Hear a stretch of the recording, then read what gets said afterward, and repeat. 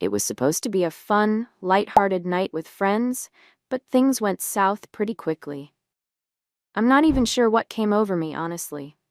I guess sometimes I just get a little carried away, but that doesn't excuse what I said.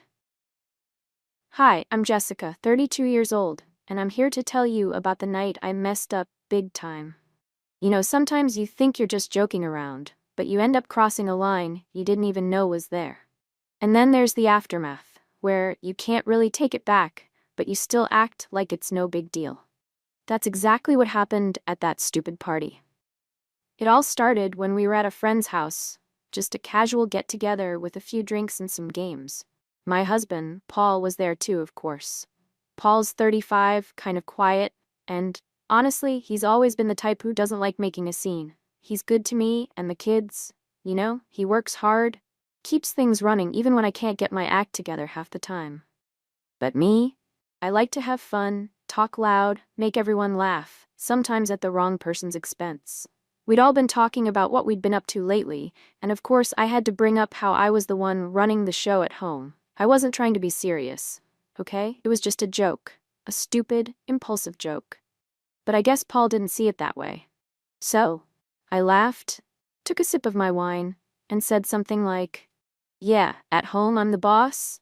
Paul? He just works and takes care of the kids while I handle everything else.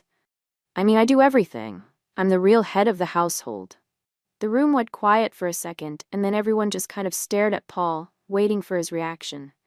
And I thought it would be funny. But it wasn't funny to him. He kind of smiled, but it was one of those forced smiles. I could see the tension in his face. He didn't say anything right away, but I could tell he wasn't thrilled. I should have dropped it right there, but I didn't. I just kept talking, not thinking about how it might hurt him. I started going on about how I was managing all the bills, making decisions about the kids' schools, and even handling our finances, which, let's be honest, I'm terrible at. I'm really bad with money. But I just kept pretending like I had it all together. Maybe I didn't want to admit that I'm impulsive, that I get bored and make stupid purchases, that I don't keep track of things the way I should. But hey, who needs to admit that when you're trying to play it cool, right? At some point, Paul interrupted me, and that's when I realized I might have gone too far. He said, "You know, Jess, you act like I don't do anything around here. But you're the one who spends money without thinking. You're the one who buys things we don't need, and then I have to clean up the mess." And it hit me. He was pissed. Like really pissed. But instead of apologizing or owning up to anything I had said, I just brushed it off. I made a joke about how he should be used to it by now, how I was just having a little fun, and how he needed to relax. I laughed it off like it was no big deal. The thing is, I knew what I said had hurt him. He's always been sensitive about me making him the butt of the joke, but I guess I didn't care in the moment. I wanted everyone to laugh, to think I was funny. But as soon as Paul's face tightened, I knew I crossed a line. I could feel the eyes of our friends on us, and for a second I thought maybe I'd have to backtrack, maybe apologize. But I didn't. Why? Because I don't like admitting when I'm wrong. I hate it. I'd rather brush things under the rug and pretend everything's fine. I've been like this for a while. Maybe it's the way I've always been, but it's easier to act like I don't care than to own up to my mistakes. After that, the whole mood shifted. People tried to change the subject, but I could feel the tension between Paul and me. When we got home, he didn't say a word. He just went straight to the bedroom, and I knew he was upset. But did I apologize? No. Did I even realize what I had done? Not really. I mean, I told myself I was just joking around, but deep down, I knew I had hurt him. I just didn't want to admit it. And as for the money thing, well, I didn't see what the big deal was. He knew I wasn't perfect with finances, but it's not like I was going out of my way to ruin us. But yeah, maybe I wasn't being totally responsible. Maybe I did leave him with a lot to clean up. But I wasn't about to take full responsibility for it. Why would I? At the end of the day, I still thought I was right. I mean, I was trying to have a little fun, and maybe he took it the wrong way. That's on him, right? So now I'm sitting here, realizing that maybe I shouldn't have pushed Paul so far, but I still don't think it was that big of a deal. He'll get over it, like always, right? I didn't expect things to get worse, but of course, they did. I thought I could just brush it off and move on like I always do. But no. Paul's not the type to just get over it like I assumed. The next morning was a disaster, and I'm honestly still not sure how I ended up in this mess. But here we are. So, I woke up early to get the kids ready for school, just like every other day. But something was different. There was this coldness in the house, and it wasn't just the usual "I'm still half asleep" vibe. No, it was worse. It was like we were strangers. Paul was quiet, distant, and I thought, okay, this is fine, he's just being dramatic. I'm used to him sulking when he's upset, and I always thought it was just his way of letting things blow over. I didn't think much of it. But then, as I was making coffee, he walked into the kitchen and said, "You know, Jessica, I'm tired of being the joke. I'm tired of you acting like I don't contribute to this family." I froze. The tone in his voice was sharp, not the usual Paul tone. It was like something inside him finally snapped. I wanted to say something, anything to make it right, but I couldn't. Instead, I just stood there with my coffee mug in my hand, trying to look innocent like I didn't know what he was talking about. I mean, I already said I was just joking last night, so what more could I do? "Do you even realize how that made me feel?" he asked, his voice trembling a bit. I could tell he was holding back tears, but I wasn't about to apologize for my actions. I couldn't. I didn't want to admit that maybe, just maybe, I had taken things too far. So I did what I always do when I don't want to face the truth. I got defensive. "Paul, it was just a joke. Why are you making such a big deal out of it? You know I didn't mean anything by it," I said, trying to sound casual, but I could hear the shakiness in my voice. I hated that I couldn't control it. He wasn't buying it, though. He looked at me with this look, like he was seeing through all my nonsense. "You're always joking about me, always making me look bad in front of people, and it's starting to wear me down. You never take anything seriously, Jessica. You never take us seriously." That stung, and I knew it should have. But instead of owning up to it, instead of feeling bad about the hurt I caused, I just got mad. I snapped back with something I immediately regretted, but I couldn't stop myself. "Well, maybe if you were a little more, I don't know, fun, maybe I wouldn't feel like I had to be the one carrying everything all the time," I said, barely holding back a sarcastic laugh. I knew I shouldn't have said that, but I just couldn't help myself. It was like the words just came out before I could stop them. And the look on Paul's face when I said that? I'll never forget it. It wasn't just hurt, it was anger. Pure frustration. But I wasn't backing down. I tried to play it off, like I wasn't really mad, like I was just letting off some steam, but I wasn't fooling anyone, not even myself. Deep down, I knew I was just deflecting because I didn't want to face how badly I messed up. I hated when things got too real, when I couldn't just brush it off and pretend everything was fine. So, we spent the rest of the morning in silence. The kids, of course, had no idea what was going on. They were just excited for school, which I guess was a blessing in disguise. But I could feel the tension between Paul and me, even when we weren't talking. And the worst part? I didn't care enough to fix it. I thought, well, he'll get over it, he always does. But I didn't realize how wrong I was until later that afternoon when I went to check on the bank account. Paul usually handles all the bills because, let's be honest, I'm not good with money. I can't keep track of it for the life of me. I always end up spending more than I should on stupid stuff, and it just piles up. But when I looked at the account, I saw a big problem. Paul had pulled all the savings out. Like everything. I went into a full panic mode. What the hell was going on? Did he really just take everything? I called him immediately, my heart pounding in my chest. But he didn't pick up. He never picks up when things get tense like this. So I tried texting, hoping to get some sort of explanation. Finally, he called me back, but the tone in his voice was icy. "I've had enough, Jessica. You don't take anything seriously.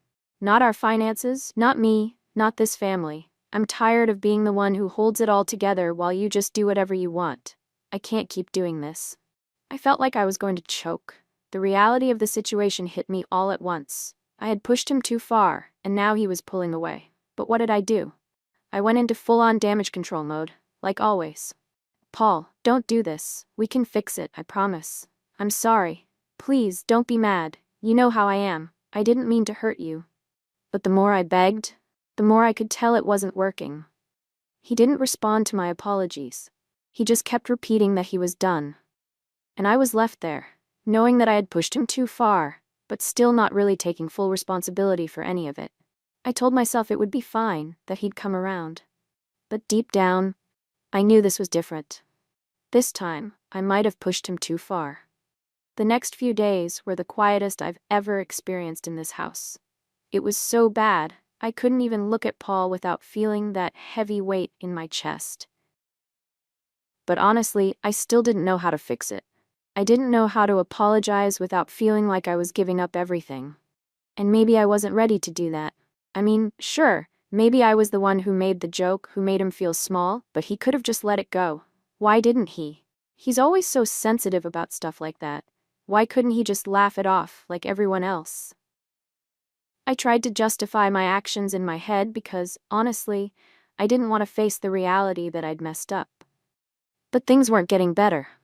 If anything, they were getting worse. He wasn't speaking to me like he used to, and even when we were around the kids, it was like we were just going through the motions. The kids didn't understand, but I knew they could feel the tension. I felt it too, every time I looked at Paul. There was so much anger in his eyes, so much hurt. And the worst part? I didn't know how to fix it. I spent the entire week trying to distract myself with work, cleaning, anything to keep me from thinking about how much I screwed up. But at night, when the house was quiet and everyone was asleep, I'd lie there and think about the conversation we'd had. And I'd wonder if I could have said something different. Could I have handled it better? Could I have actually apologized for once? I never used to care about stuff like this, about whether or not I hurt Paul. I always thought he was just being dramatic, that he'd get over it eventually. I never thought it would come to this, never thought he'd actually shut me out completely. But I couldn't make myself apologize. That would mean admitting I was wrong, and I just couldn't do it. Not yet. On Friday night, after the kids were in bed, Paul finally spoke to me again. We were sitting in the living room, the air thick with unspoken words. I wanted to say something, anything to make him understand where I was coming from, but my pride was stronger than my desire to fix things. "Jessica," he started, his voice barely a whisper. "I'm done. I can't keep living like this. I can't keep giving you the benefit of the doubt, only for you to keep pushing me away. You don't respect me, you don't value me, and I'm tired of pretending that everything's okay when it's not." His words stung, but I wasn't going to let him see how much they hurt. I couldn't. I had too much pride for that. So instead of apologizing, I said the only thing I could think of in the moment. "Paul, I didn't mean for things to go this far. But I'm not just going to sit here and act like I'm the one who messed everything up. You're the one who took all the money out of the account. You're the one who's shutting me out." It was a cheap shot, I'll admit, but I couldn't help it. I had to defend myself. I couldn't just let him make me feel like the villain here. "You don't get it, do you?" he asked, his voice trembling. "I've been trying to hold it together for so long, Jessica. I've been carrying everything, and you just keep taking and taking without giving anything back. I'm done. I can't do this anymore." And that's when it hit me. He was serious. He wasn't going to forgive me this time. There would be no more pretending that everything was fine. I was losing him, and I didn't know how to stop it. The rest of the night was a blur. We didn't say much after that. There was nothing left to say. I just stayed in the living room while he retreated to the bedroom. It was like we were living separate lives in the same house, and I couldn't ignore it anymore. The next morning, Paul was gone. He didn't even wake me up before leaving. I got out of bed to find a note on the kitchen counter. "I'm taking the kids to my mom's. I need space. We'll talk later." And that's when everything finally sank in. I had pushed him too far. I'd gone too far this time. I wasn't ready to face it, but I had no choice. I sat down on the couch, feeling like everything I'd worked for, everything I'd taken for granted, was slipping through my fingers. But did I really take responsibility? Did I truly own up to my actions? No. I just sat there feeling sorry for myself, wondering how long it would take for Paul to come back and fix things. I couldn't help it. I wasn't ready to admit I'd messed up. I wasn't ready to face the fact that I might have lost my family, my home, everything I had, and that's when it hit me. I wasn't even thinking about fixing things for him. I was thinking about how it affected me. Paul stayed at his mom's for 2 days. 2 whole days of silence. No calls, no texts, nothing. And even though I knew I should have called him, should have apologized, I didn't. Instead, I spent the time scrolling through my phone, trying to distract myself from the reality of what was happening. When he finally came home, he didn't say much. He was distant, colder than ever. And honestly, I didn't know how to fix it. I didn't know how to make things right. But did I even try? No.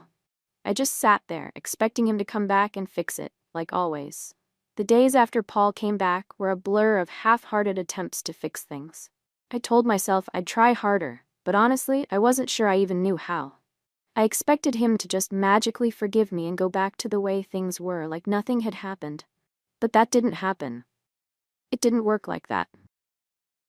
I would tell myself that things were getting better, that we were okay, but deep down, I knew I hadn't really changed. I hadn't learned anything. I was still too proud to admit I was wrong. Sure, I apologized in passing, but it wasn't genuine. I just wanted things to go back to normal, without taking responsibility for how I hurt him. I couldn't stop blaming him for everything that went wrong, even though I knew deep down I was the one who'd pushed him to the edge. Weeks went by, and things stayed cold. The silence between us grew more unbearable. Our conversations were superficial, like we were roommates rather than a couple. We'd talk about the kids, the house, and other meaningless things, but anything real, anything that mattered, was left unsaid. And I let it happen. I spent nights lying awake, wondering when things would go back to how they were. I couldn't understand why he was still so hurt, why he couldn't just forgive me and move on. But I wasn't ready to face the truth. I had damaged something irreparable, and maybe it was too late to fix it now. Maybe I had pushed him too far. Maybe my joke, my pride, my refusal to take accountability had all been the final straw. But it wasn't about the joke anymore. It was about the way I treated him over time. The way I took him for granted, thought I could do whatever I wanted without facing the consequences. Paul eventually packed up his things and left for good. There was no dramatic confrontation, no last argument, just him walking out the door, taking the kids with him, and leaving me in the house we had built together. And that was it. He was gone. It's hard to admit, but I haven't really learned my lesson. I still feel sorry for myself, more than I feel sorry for him. Maybe someday I'll realize the full extent of the damage I've caused. But for now, I'm just left here, trying to piece together what's left of my life, and wondering if I'll ever be able to fix the mess I made. But deep down, I know I can't. It's too late for that. And maybe it's for the best. I don't think I'll ever understand how I ended up here, but I've come to terms with the fact that I'm the one who made it happen. It wasn't him, it was me, and I guess that's the hardest part to accept.